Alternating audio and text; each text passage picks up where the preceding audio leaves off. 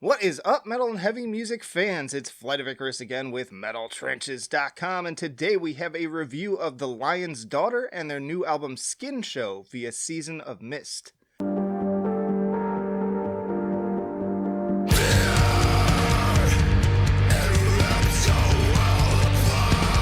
And hey, if you'd like to be kept up to date with the best and brightest metal bands and albums from the underground and above, then stick with me by hitting that subscribe button down below.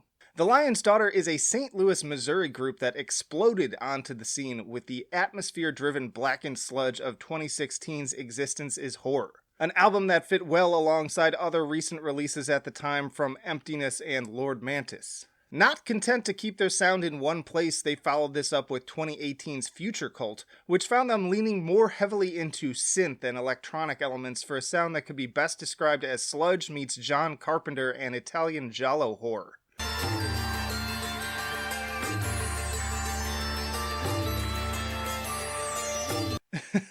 And while I was impressed with the band for taking such a bold gamble, it still felt like there was room for growth in terms of final execution. Enter the announcement of Skin Show and its early singles, and I was very intrigued to see how they've evolved over the past few years.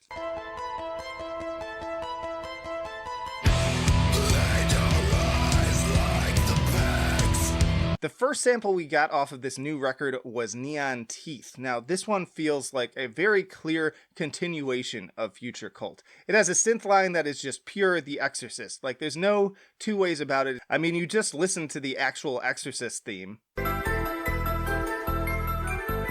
and it's very clear that this song is paying a very direct tribute to that. So they've taken that very similar synth line, but then joined it with these driving, pounding drums and gruff, scratchy howls. Seriously, the toms just echo into eternity on this album. They sound absolutely huge with the dun dun dun dun dun dun dun. Very anthemic chorus too. For all of its heaviness and ugliness, this is a very catchy song too.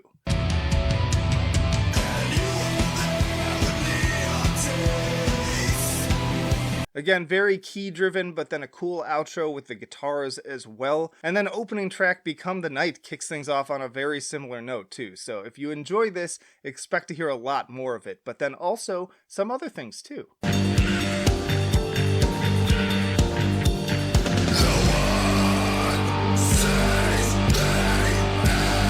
Speaking of which, this track was followed by the next single, Sex Trap, and really each song ends up kind of highlighting a different instrument. That last one, again, was very synth-driven. This is a bass guitar song. It's got this incredibly infectious, funky, head-bobbing groove to it. Every time I listen to it, I just find myself doing this. It's unavoidable, no matter what the context is, whether I'm driving, whether I'm like folding laundry, it doesn't matter.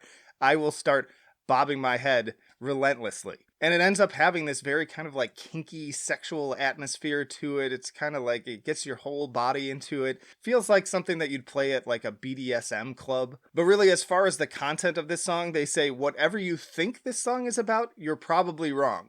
It's about something much, much worse. But regardless, they have made an extremely infectious song out of it.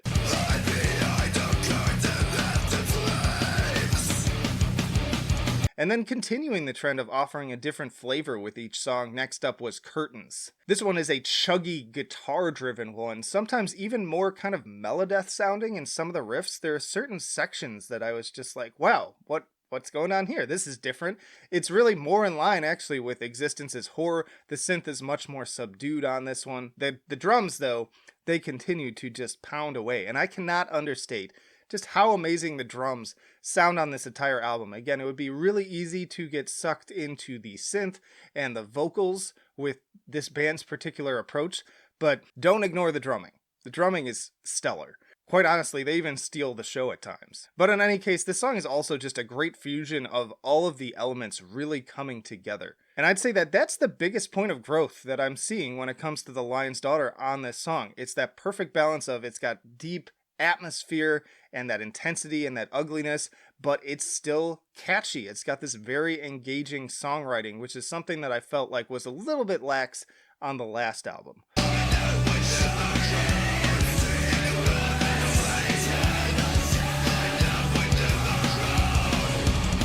Speaking of riffs, we've also got the surprise banger Werewolf Hospital. Wait, so is that a hospital exclusively for werewolves, or a general hospital that happens to be run by werewolves? Also, who put these blast beats and heavy metal riffs in my Sludge record? Hey, you got your chocolate and my peanut butter. Peanut butter on my chocolate. Quite frankly, this song almost goes full thrash metal at times with how intense the riffs are. I found myself even making comparisons to things like Arch Enemy at times. Totally comes out of nowhere, but still just fits into the overall atmosphere and fabric of the album, and quickly became one of my favorites. There's also a more kind of subdued version of these riffs reoccurring on Dead in Dreams, but this time offset by a moody, doomy Depeche Mode kind of feel. And not surprisingly, there's plenty of these dreary vibes on tracks like Snakeface, as well as the super spooky title track and big closer, The Chemist. It ends on a very mournful note as well, but still with a touch of like Triptychon, that alternation between the doomy dark elements and the faster, more intense ones, and then some more vaguely melodeath riffs to keep things interesting. But on the whole, the aesthetic sucks you dry like an energy vampire. This is my office, also known as the hunting ground. All Hell Is Mine, on the other hand, is like a straight up industrial track. This one has kind of like a Ministry vibe on the faster parts, but then the through line of that dun dun dun dun dun dun dun part alongside the snare roll reminds me of very early Marilyn Manson as well. More great bass rumble on this one too. Again, bass guitar also fantastic, don't sleep on that.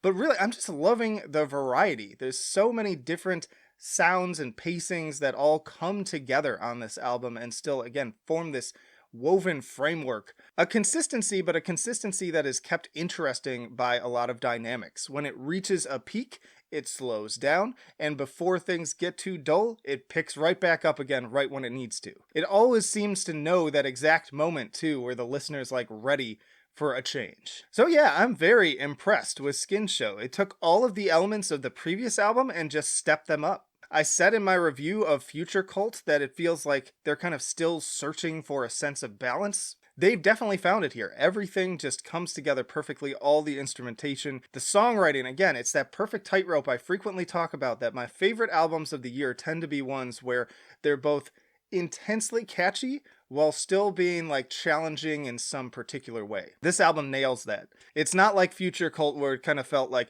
look at these synths, look at them. There's more to it than that. It feels like with that album they were for the first time trying on those 6-inch stiletto heels, and now they can actually walk with them. It would also probably make a great double feature listen with Emptiness's Veed.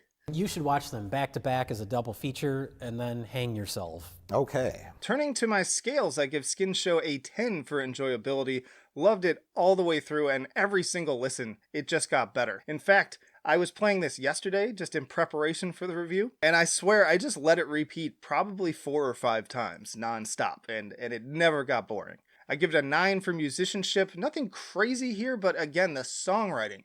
The songwriting is so solid that alone deserves a high score. And then the performances too, though, like there's a lot of interesting little things happening, sometimes subtle, sometimes more flashy, and it all just sounds fantastic. And then I give it an 8 for innovation. It's very clear that this is a big step forward, really, for the band, especially from the previous album and their just previous material in general. They've really matured into this new style that they've taken on, and I am just totally impressed with it. I can't wait to see what they do next. So a 9 overall and an A- for The Lion's Daughter and Skin Show. Get it once more via Season of Mist. Y'all, thanks as always for watching, and let me know down in the comments what did you think of this album? Where do you think it stacks up with their previous albums if you listen to them? And also, the Metal Meltdown did an interview with the vocalist, and it's one of my favorite ones that he's done. I'm kind of jealous that I didn't do it, honestly, so you should go check that out. And then stick around, I got plenty more videos coming right after this one, more album reviews, tier lists, interviews with bands on the podcast, you name it, we've got it, so plenty of reasons to subscribe if you have not already. You can also chat with us on Discord and support on Patreon, but that'll do it for now. Flight of Icarus signing off. I will see you in the trenches.